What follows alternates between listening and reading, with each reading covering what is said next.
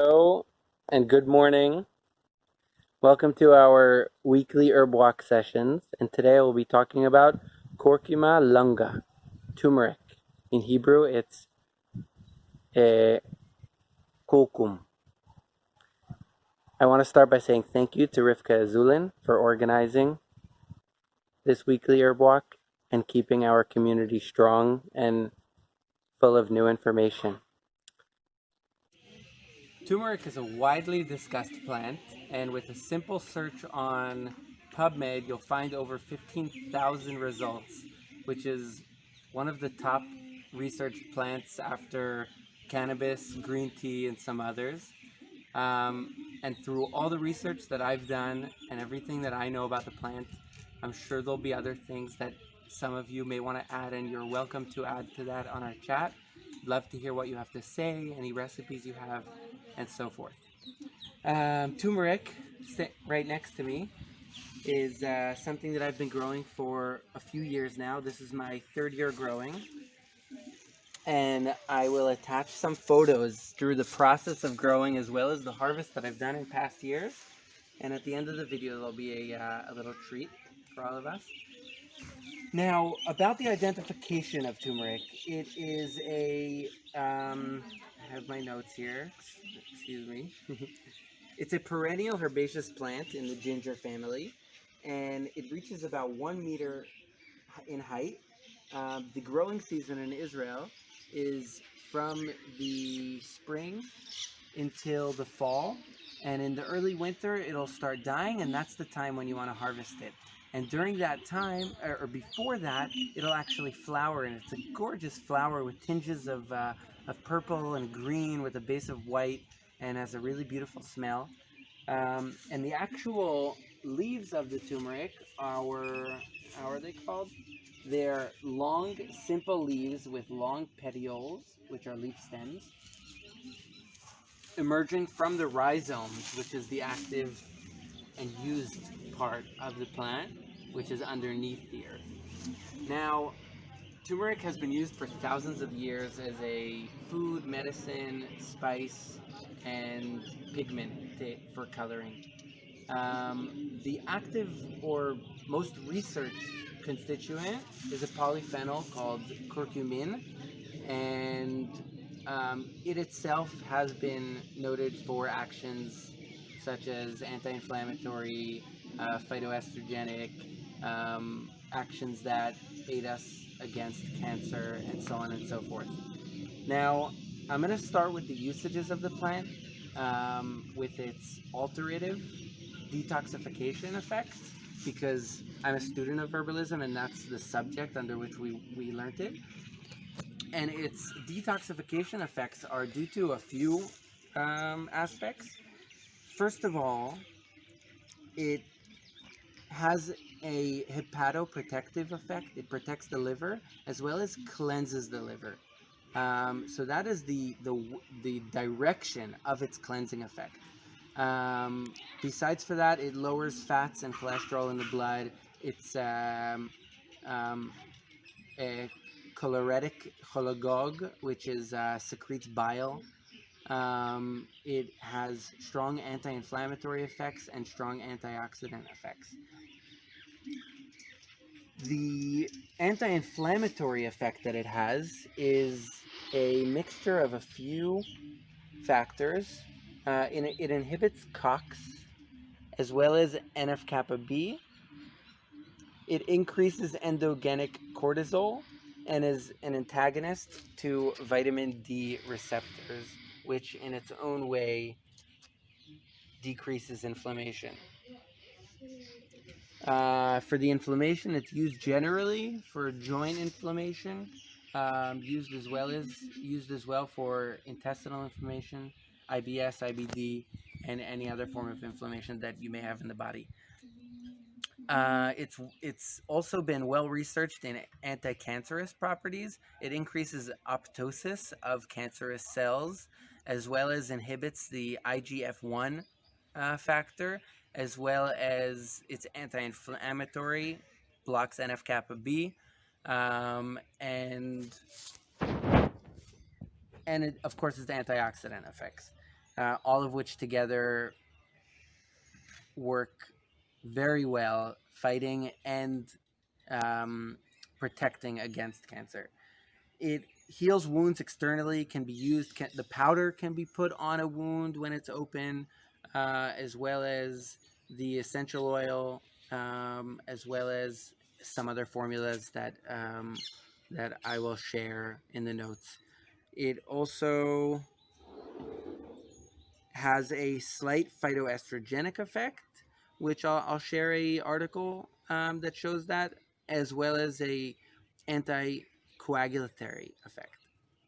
Now, a few warnings or side effects that can be seen from turmeric ingestion is, first of all, the side effects are really rare, mostly around increased peristalsis in the intestines.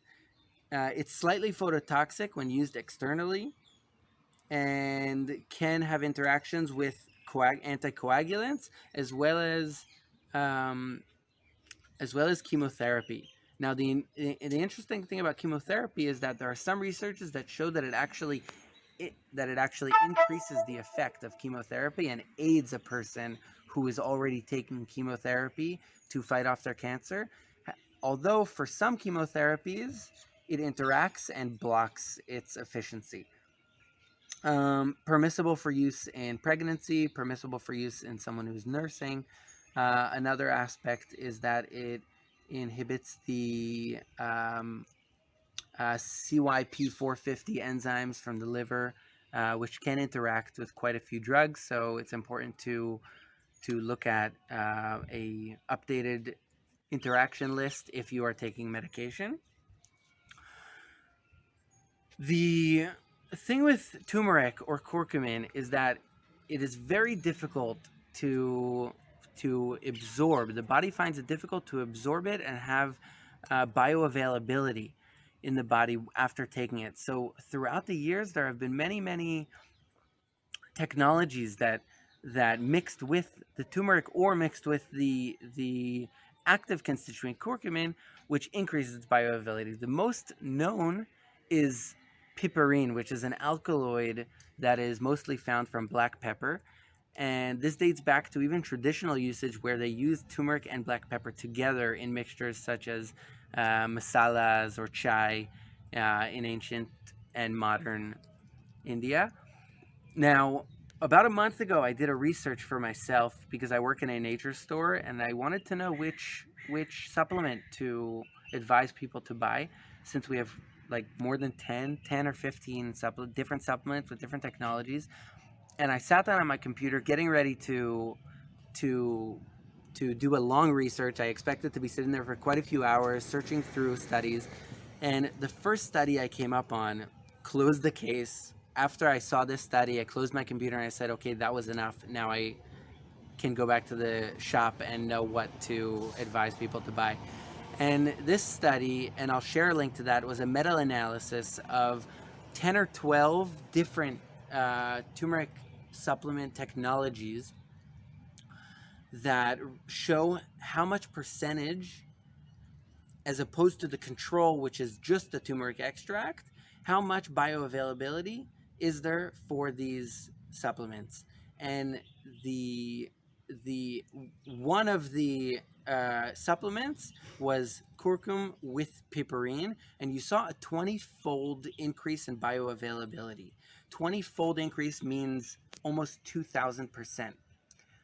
Now, that sounds like a lot, but the supplement that had the most bioavailability was actually an Israeli technology called Novasol, which uses micellation technology, and has a 185-fold increase in bioavailability. That's insane amount. And I'll share a link to this article. You can all look at it. You can all see it and use it for your references when trying to find out more or when buying supplements. According to Chinese medicine, traditional Chinese medicine, the energetics of this plant are bittery, spicy, hotish, and coldish, depending on whether using the fresh or dry aspects of the plant. And it moves the blood and banishes wind. Now, joint and connective tissue inflammation are characterized as wind, and it could be cold or hot wind in Chinese medicine. Preparations for turmeric I will share in a photo, whether it's going to be a tincture, a decoction, or use of the dry extract. Um, and just one last note before I finish is many people who want to use turmeric in their daily regime, um, they they want to just use the turmeric as a powder, as a spice that they have on their counter.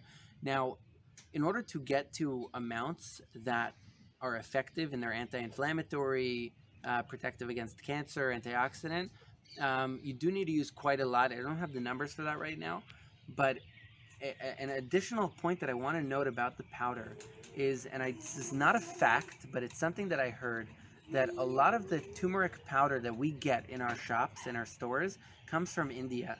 Now, since the supplemental market is so big, and what they do to make supplements is they take an extract of the turmeric, and they extract specifically the curcumin, which to make a standard extract is 97% curcumin, which leaves only 3% of the turmeric powder and all its other constituents that is left.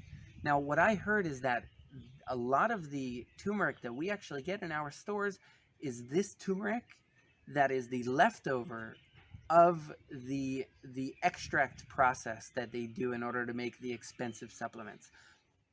So it's always advised, if you really want the effect of the turmeric, to get it either through a supplement or through turmeric that you grow by yourself. And happy harvesting. It was a pleasure.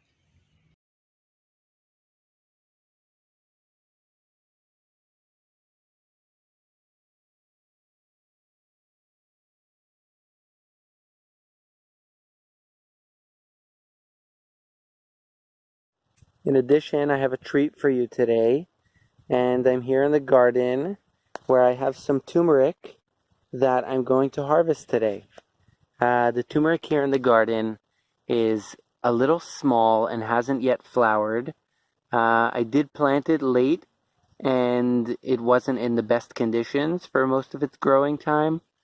So it's a bit small, and I don't know what to expect, as opposed to the pictures that I already showed, or you'll see after the video, of the large rhizomes. What's waiting here is a surprise, and we don't know. But you can see in live the leaves of the turmeric and how they come from a central stem. Let's pull away the mulch. And let's go to our biggest one here. And let's try to uncover it. Hope you can see well. I'm going to dig gently underneath it.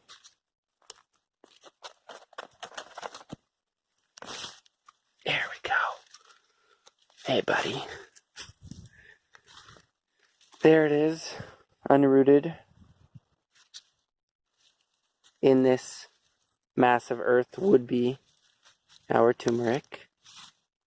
And here it is.